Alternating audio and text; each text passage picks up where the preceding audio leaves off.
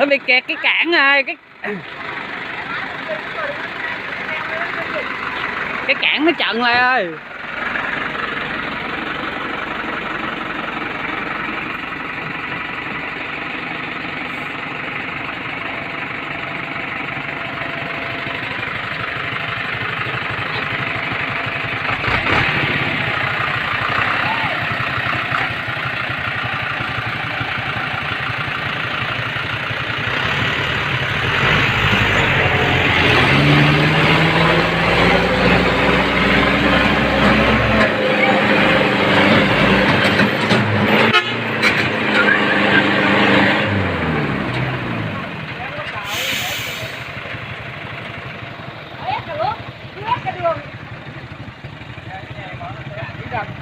Cái cản nó cản đất lại ơi.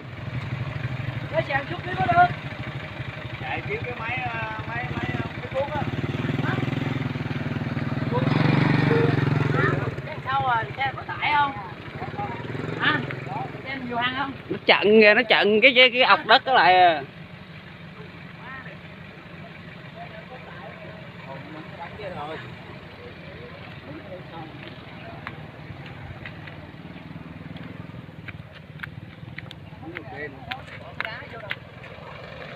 Quá đéo lên nổi. Cái này nó bị chặn lại quá độ mà. Chút đánh nó đi.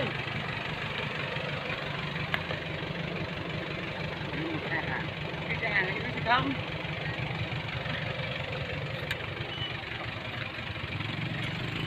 Chân nữa đi. Nó tăng xuống. Giờ cái xe này nó bám nè, chút đi được kia thôi. Chút phải dòng bội, bên này chút ra nè.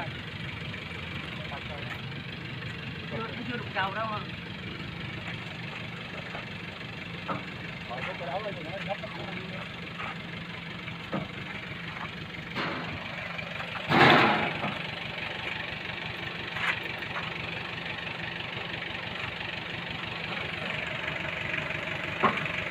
Này là mới bám đất mới thôi con. Này vào sâu tí nữa là ăn mày luôn. Không, nhiều khi vào sâu đó là hết cái mương đúng không? Ở đây là ngang cái mương thôi. Chỗ này là bữa đất cứng nè. Nhặt cái lá đó đá rồi. Dục vô. Dục vô.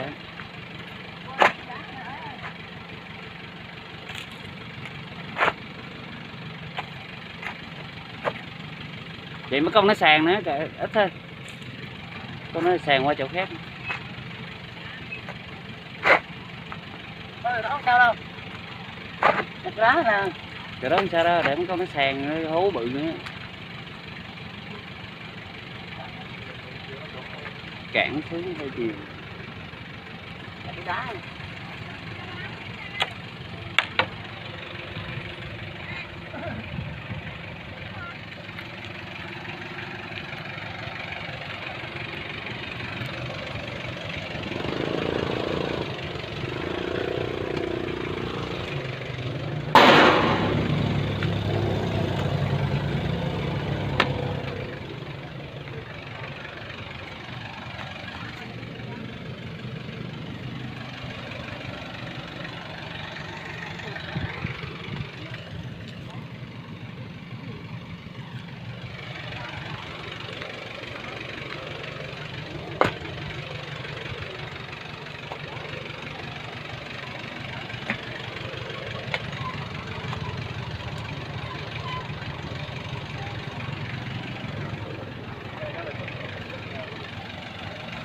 Lên á.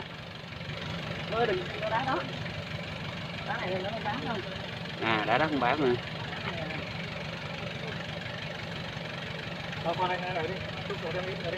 Được rồi, thử giật cái này đi, giật cái này đi. Thử cái này đi. Xe mắc lại giật dữ lên.